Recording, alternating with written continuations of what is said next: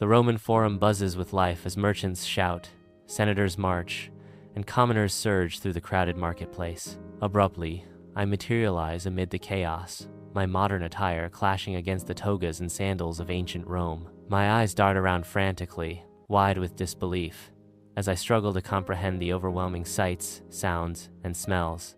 I stand frozen, overwhelmed by the sheer sensory overload of ancient Rome. The Roman tavern buzzes with the murmur of voices, thick with the aroma of wine, sweat, and roasting meat. I step inside, seeking shelter from the night, my senses overwhelmed by the sights and sounds. My clumsy attempts at Latin are met with blank stares, a barrier of language standing between us. The tavern owner watches from behind the bar, his gaze suspicious and assessing. I gesture wildly, a desperate pantomime to convey my basic needs for food and drink. My brow furrows in concentration as I struggle to recall long dormant Latin phrases, piecing together a request. The protagonist walks through the vibrant Roman streets, eyes wide with wonder. The air crackles with anticipation as the crowd's roar draws the protagonist towards the arena. The protagonist is drawn into the frenzy, yet a sense of unease settles upon them as the chariot race descends into violence and chaos. In the cramped slave quarters, dim light dances, casting long shadows that writhe with the stench of sweat and despair. Aurelia's voice trembles in the gloom, her words a desperate plea. Who are you? What do you want? The protagonist stammers, lost and bewildered. I'm lost. I didn't know this was here. Aurelia's eyes search the protagonist's face, hope flickering as she whispers in broken Greek. You speak Greek? A little? The protagonist nods, relief washing over them. Yes, I do. Do you understand me? Aurelia's voice cracks with the weight of her reality. Slavery. We are slaves. Owned, beaten, used. This is Rome. Bathed in sunlight, the ancient Roman baths buzz with life, a place where citizens of all walks share the simple pleasures of water and conversation. I wander through the colonnades, surprised by the openness, by the stories and secrets exchanged so freely. The air is alive with the sounds of splashing water, the echoes of laughter, and the constant murmur of voices. Overhearing snippets of conversations, I gather that politics, business, and scandals are the main currency here. Here, in this place of public cleansing, the dramas of Roman life unfold with every splash and whisper.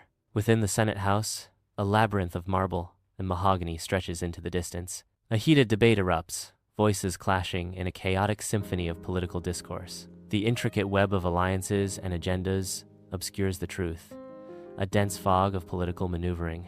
Their words echo with authority, resonating through the chamber with the weight of their power.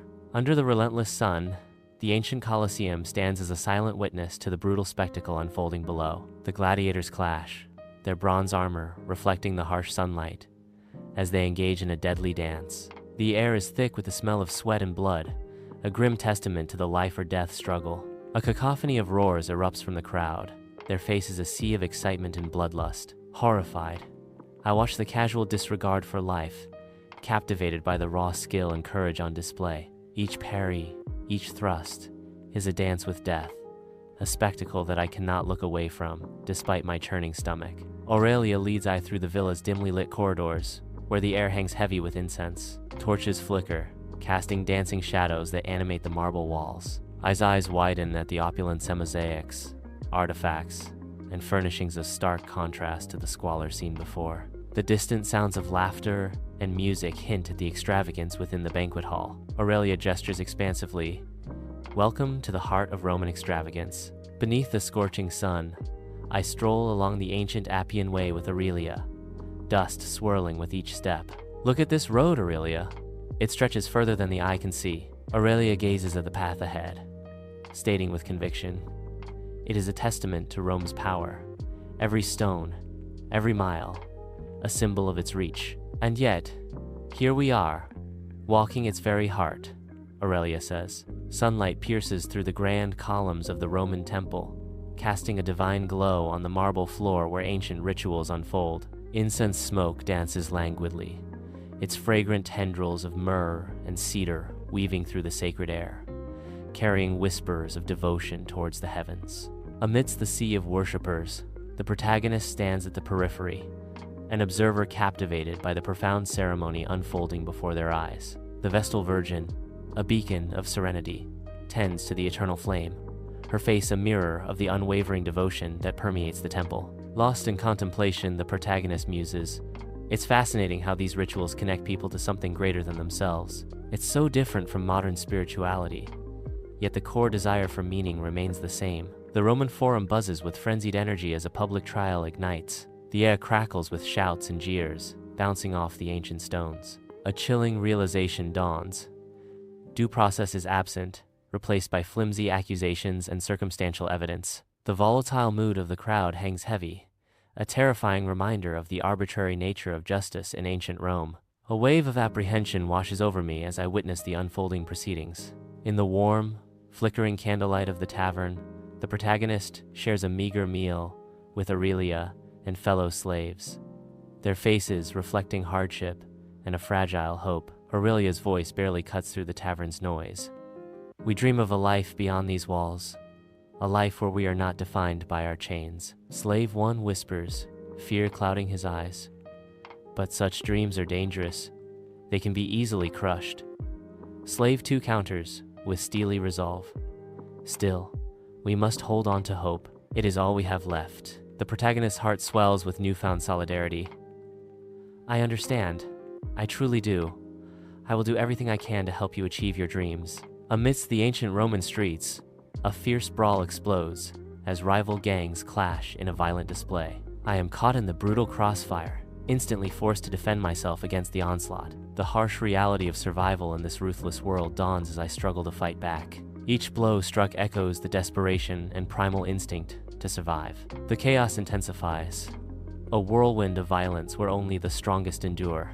In this brutal arena, self-preservation becomes the only law, etched in blood and desperation. Sunlight streams into the Roman library, illuminating the ancient scrolls. Hours pass unnoticed as I immerse myself in the wisdom of the past. A deeper understanding of Roman history washes over me, filling a void. I find solace and intellectual stimulation in these ancient texts. A connection to minds long gone resonates within me. Under the vast sky, the protagonist stands dwarfed by the colossal Roman aqueduct, a silent sentinel of a bygone era. Ancient stones, scarred by time, rise majestically, narrating tales of Roman ingenuity and ambition. Lost in contemplation, the protagonist marvels at the architectural precision, a testament to the advanced Roman civilization. The aqueduct stretches across the landscape, an enduring symbol of Roman legacy etched against the azure sky. A sense of awe washes over the protagonist, recognizing the profound impact of Roman achievements on the world. The protagonist remains still, contemplating the innovation of the Roman civilization, their legacy in stone. Shadows flicker ominously across the Senate House's majestic columns as I stealthily re-enter. The heavy doors groan softly, betraying my presence as I move deeper into the chamber. Unseen, I am now within earshot of the conspirators, the fate of the emperor balanced on a knife's edge. I possess dangerous knowledge now. What do I do with it? Amidst the lively Roman docks, the protagonist stands at the water's edge, a solitary figure. The air vibrates with the calls of gulls and the shouts of dock workers, a symphony of bustling activity. Gazing out at the vast Mediterranean, the protagonist reflects on Rome's immense power, a silent observer of history. A deep longing stirs within the protagonist, a yearning for a path home through the veils of time. The protagonist dreams of a journey back to their own time, separated by centuries. Flickering oil lamps cast eerie shadows across the tent, smoke swirling around strange artifacts. The protagonist nervously approaches the draped table, seeking answers in the dimly lit space. The fortune teller speaks, her voice echoing in the smoky air. "Welcome, seeker. The spirits have been expecting you."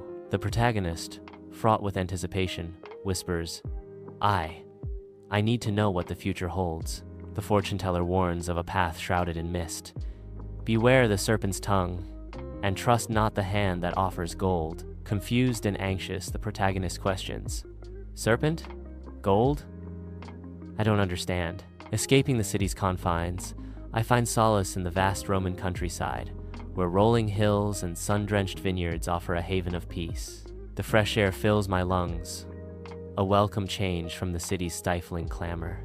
Pausing amidst the tranquility, I survey the landscape, seeking clarity in its serene embrace. In this moment of reflection, I attempt to make sense of recent experiences, finding solace in the countryside's timeless beauty. In the dimly lit tavern, the protagonist prepares to depart, a bag slung over their shoulder. Aurelia, surrounded by the slaves, expresses heartfelt gratitude. "We will never forget your kindness, your support. You have given us hope when we had none." The slaves echo Aurelia's sentiment, their voices filled with emotion. "Thank you. From the bottom of our hearts, thank you," another slave adds. "We will always remember you." The protagonist responds with quiet reassurance. "I was happy to help. Take care of yourselves." Amidst the ancient stones of the Roman Forum, the protagonist reflects on their arrival. A sense of closure washes over the protagonist as they survey the ruins. The ancient structures whisper tales of resilience and change to the silent observer. A profound acceptance of the past settles over the protagonist, preparing them for the future. The sun warms the protagonist's face as a gentle breeze stirs through the forum. In the heart of the Roman Forum, the protagonist finds peace and readiness. A blinding flash of light erupts, enveloping everything in its intense glow. The vibrant Roman Forum stills, its bustling life suspended in a timeless tableau. A strange, disorienting sensation grips me as I am pulled through the currents of time. The world blurs and distorts as the relentless pull intensifies, reality fracturing around me. The protagonist emerges onto the bustling city street, their eyes struggling to adjust to the sudden brilliant sunlight. Disoriented, they pause, taking in the overwhelming sights and sounds of a time that is both familiar and alien. A palpable wave of relief washes over them as the realization dawns. They are finally home. They look around in disbelief, their mind grappling with the chasm between the ancient world they left behind and the modern world before them. The cacophony of the city, car horns, distant sirens, chattering voices, is a stark contrast to the quiet antiquity they remember. Despite the sensory overload, a small, hopeful smile begins to form, a beacon of acceptance in the sea of confusion. Sunlight floods the museum's grand hall, illuminating dust motes as the protagonist wanders among the ancient Roman artifacts. Before a display of gladiatorial helmets, a flicker of recognition sparks in the protagonist's eyes. Tracing the chipped mosaic tile, a faint memory begins to surface, stirring a long-forgotten past. A newfound understanding dawns. The experience in ancient Rome was more than just a dream.